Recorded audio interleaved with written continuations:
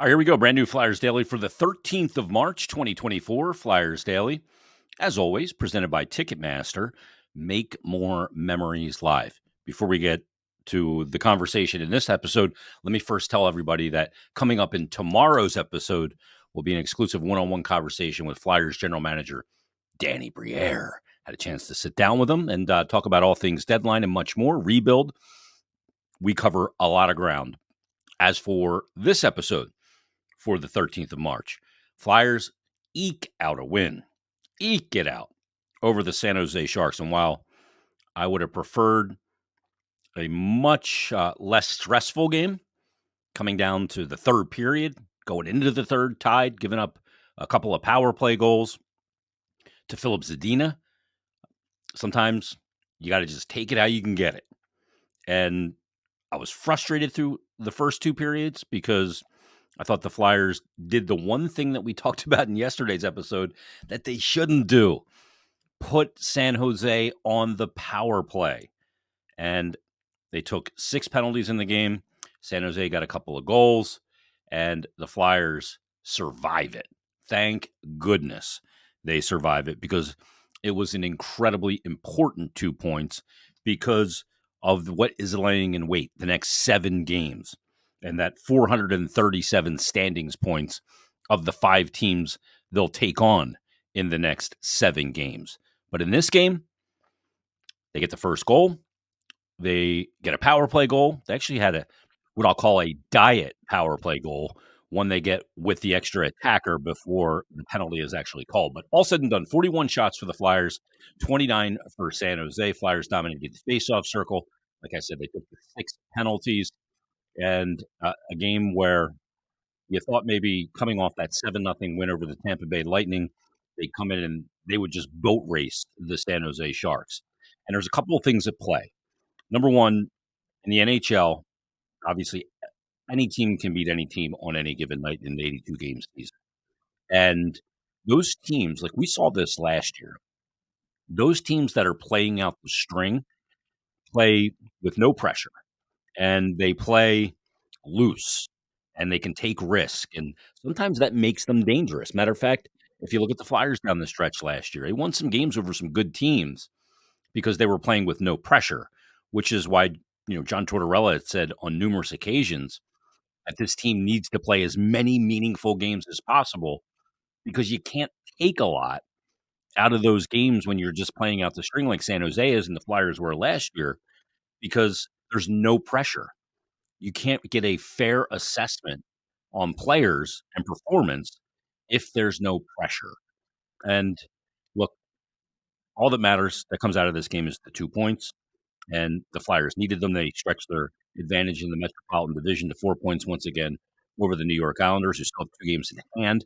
Islanders lost the other night against LA. So you grab the 2 points and you run, and you get ready for Toronto coming up tomorrow night. Let's get to the particulars, though. 3:29 into the game, Flyers get the first goal when Joel Farabee picks up his 19th. Great play here from Morgan Frost. First of all, as the center, he's in the perfect position. There's kind of a slap pass that came in from the right point from San Jose, and Frost is able to get a stick on it and thwart it, control it.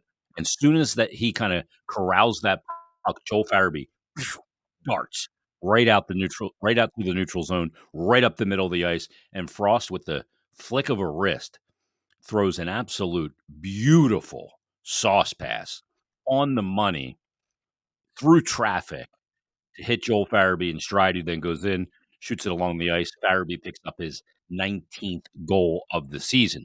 Farabee's a guy Flyers need to get going and contribute offensively. He has struggled of late. So good to see Joel Farabee get on the board. Good to see Morgan Frost get on the board with an assist, and the Flyers go up 1-0. But then at 19:19, final minute of the period, the Sharks on the power play. Philip Zadina sneaks in behind the Flyers' defense and is able to tuck one around Sam Ersson. So we go to the first intermission, tied at 1. Pretty decent period for the Flyers. I think you saw in that period where if they played 5-on-5 and the Flyers could get it on the forecheck, that they would really give San Jose some problems, and they did. But you come out up just tied at 1-1. Second period, 9:20 in. This time the Flyers on the power play are able to get a goal from Morgan Frost. The assist on the first one. This time he picks up the goal. A bit of a play where Konechny tries to get a puck to the net, but it deflects off a San Jose player, then deflects off the shoulder of Morgan Frost, falls down. The puck comes down, and just tremendous concentration from Frost on the right side of the net to watch that puck as it lands and then find a way to get good wood on it to beat the San Jose goaltender. He does exactly that. And that's when you know the game is slowed down for a guy. A lot of times you just panic and start swinging the stick at the puck. You'll miss it. You won't get anything on it. You'll hit it on its edge and send it over the net. Great bear down from Morgan Frost to get the power play goal. Konechny and York pick up the assist. Flyers go up 2-1.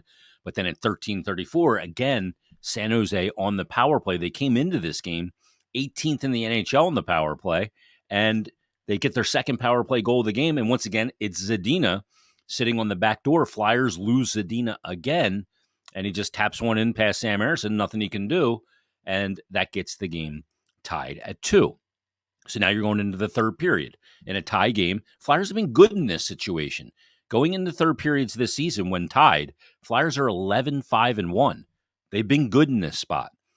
They have more goals for than goals allowed in the third period. San Jose, on the other hand, has given up 89 before last night, so now 90, gave up 89 third period goals and have only scored 49. So they're minus 41 in goal differential in the third period.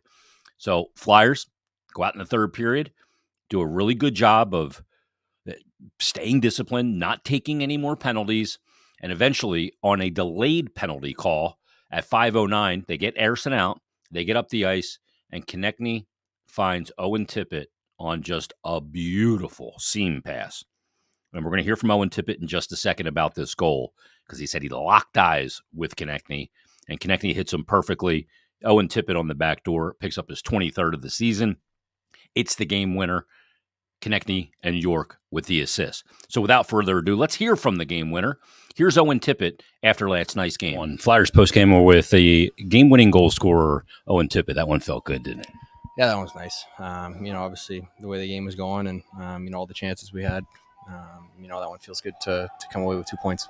Driving the back door, cross-ice pass. Talk about the pass from TK, too. Yeah, that's great. That's ridiculous. Yeah, no, that's insane. I think, we locked eyes, as I was a little higher in the ice, and I knew I had a lane, and he made a great play. Nothing comes for free in this league. San Jose's had a struggle this season, but sometimes teams in these situations will give you everything they got because there's still a lot of pride over there. Talk about the third period for you guys to come out and grab the game when you needed to. Yeah, there's no pressure on that side. Obviously we wanted to bounce back after our game in Tampa, and it was a group effort tonight, and we kind of stuck with it. In one of those games, it's one of those things you just kind of grind through, and I'm happy we came away with 2 points. Not the specifics, but what was the tone of the conversation heading into the third? Stay out of the box, I know, was probably one of them.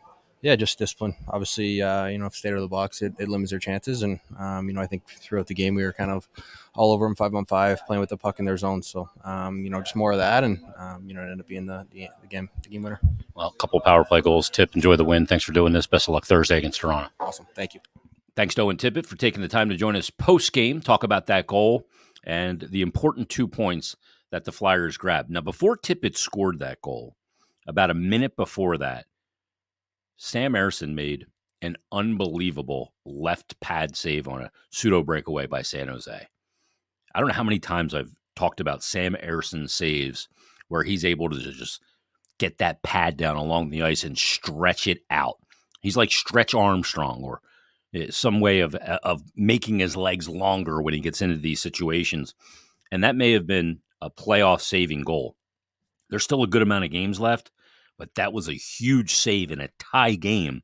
And then about a minute later, you score the go-ahead goal, an eventual game winner from Owen Tippett. So phenomenal stuff. I thought Ersson, once again, not as busy as his counterpart. Did see 29 shots, though, made 27 saves. Thought he bounced back tremendously well from that game against the Tampa Bay Lightning, where he gave up 4 goals in the first 10 minutes.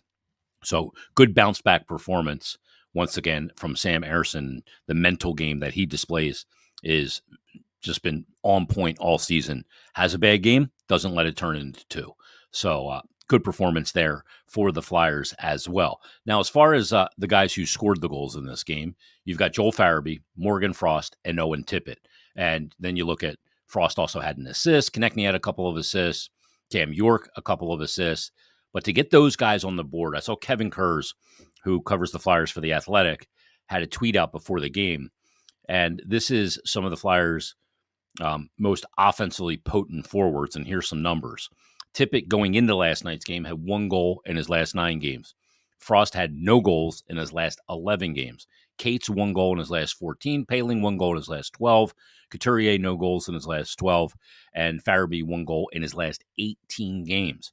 These are really important players for the Flyers. Cates and Paling you don't rely on for consistent scoring, but it's great when they can chip in and get some goals. But Couturier, Farabee, Frost, and Tippett, you absolutely do. And to see a number of those guys end up on the score sheet last night was fantastic. Tippett to get the goal, the game winner, Frost a goal and an assist, and Farabee with a goal as well.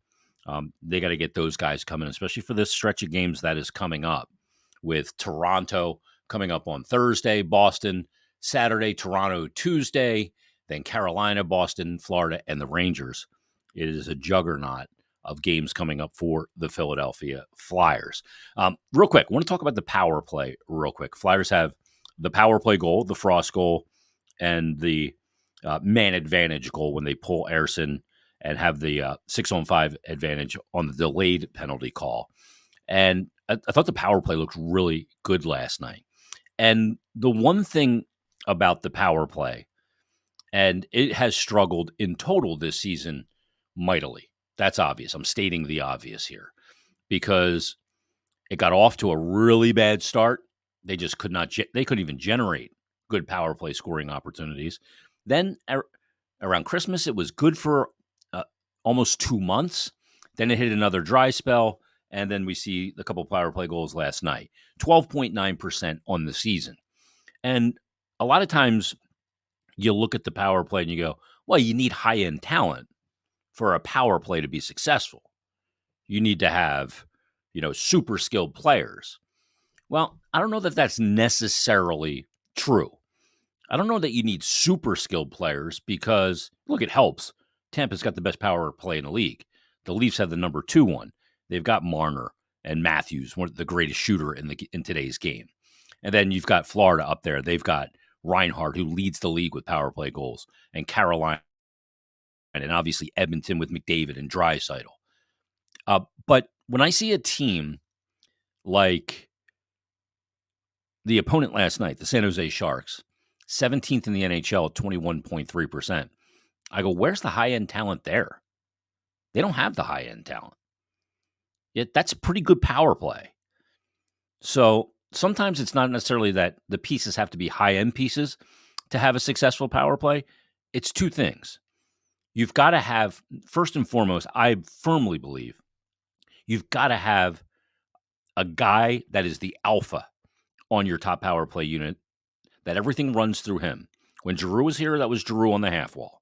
You get in the zone, you get set up, you get it to Giroux. It starts there. They got to figure out who that guy is. Maybe that guy's not here yet. That's number 1. Number 2, you have to have the right players. The reason why I thought the power play was good in last night's game is it wasn't static. Guys were moving in, out, up, back, and constantly creating decisions for the San Jose Sharks penalty kill. The power play is about possession and putting the defending team on the PK to as many decisions as possible. More decisions equal higher likelihood of a mistake. And you get one of those tap-in backdoor goals like Philip Zadina scored. That's how those happen. So that's something that going into next season is going to have to be improved. And it doesn't matter whether Michkov's here or there's still a lack of high-end talent. The power play has got to be better. If this team, we talked about progress yesterday, if this team wants to show progress, the power play has got to be better. And part of that's going to be finding that alpha that it runs through. on that top power play unit, which brings me to my next topic of conversation. Cam York. I thought he was really good on the power play last night as well. Let me give you Cam York's stat line in the game last night, because I think this is really important. We're talking about a 23-year-old defenseman that is playing top pair. He's pretty much played top pair all season long, mostly with Travis Sanheim. And Cam York last night, he played 26 minutes and 7 seconds of ice time, led the Flyers. Second was Sanheim at 23:55. But York, 26:07 on 30 shifts. He played 3 minutes and 45 seconds of power play time. He played 5 minutes and 25 seconds shorthanded and 16:57 even strength. He had 2 assists in the game, was a +1. He had 5 shots on goal and 3 block shots. That is a very mature stat line. And he is a guy that is on the ice against the opposition's top lines. Over his last 8 games, Cam York has got 7 points. He's got 3 goals and 4 assists for 7 points, and he's a +1, and he's playing over 23 minutes and 30 seconds of ice time. That is tremendous. That is a great sign for the future. The way he handles opposition players on the rush because of his skating ability, never getting his body out of balance, the way his willingness, I didn't think this would be an element of his game, the willingness to block shots the way he does and put his body in position to block shots. To me, he has turned into this season. He's been one of the great revelations of this season, that he has turned into an all situations defender. It's really remarkable, and he is a young player at just 23 years of age. I was super impressed with Cam York's game last night and have been on a number of occasions. And I'm not going to look at the numbers just yet, but one of my bold predictions in the preseason was that Cam York would be the Flyers' leader in average time on ice. In the beginning of the season, Travis Sanheim was playing 26, 27 minutes a night, was leading the NHL for a while early on. And I kind of waved the white flag and said, well, okay, Cam York's not going to have the highest average time on ice for Flyer players. He might creep back into that conversation because he has been playing a lot of minutes. In the game on the 25th of February, 23:55. 27th against Tampa, the win in Philadelphia, 22:11. In the game against Washington, the 5-2 defeat, 22:35. Game against Ottawa, the win, 22:08. Game against St. Louis, shootout loss, 25:45. The game against Florida, 2-1 win, 21-22. The game against the Tampa Bay Lightning, the 7-0 game, 25-32 and 26:07 last night. Cam York has become, what do I say all the time? Don't listen to what a coach says about a player. Look how a coach uses a player. The usage of Cam York is very indicative of a coaching staff that's got a ton of trust. Now, there's a lot of, you're going, Jason, Mert, there's a ton of injuries. Who else are you going to play? Agreed. Fair point. But he has been very good for the Flyers and a huge revelation for this team. And more to come, I think, from Cam York as well. All right, let's put a wrap on Flyers Daily right there. Again, tomorrow we will be sitting down with Flyers GM Danny Briere. Lots to talk about. Lots to talk about. About the deadline, about the status of the rebuild, how things played out at the deadline, conversations, and the different amalgamations of how things kind of went down in regards to Sean Walker and Nick Seeler and Guarionov and then Eric Johnson, who Danny played with. So a nice lengthy conversation with the Flyers GM coming up tomorrow. So join us then on a brand new episode of Flyers Daily.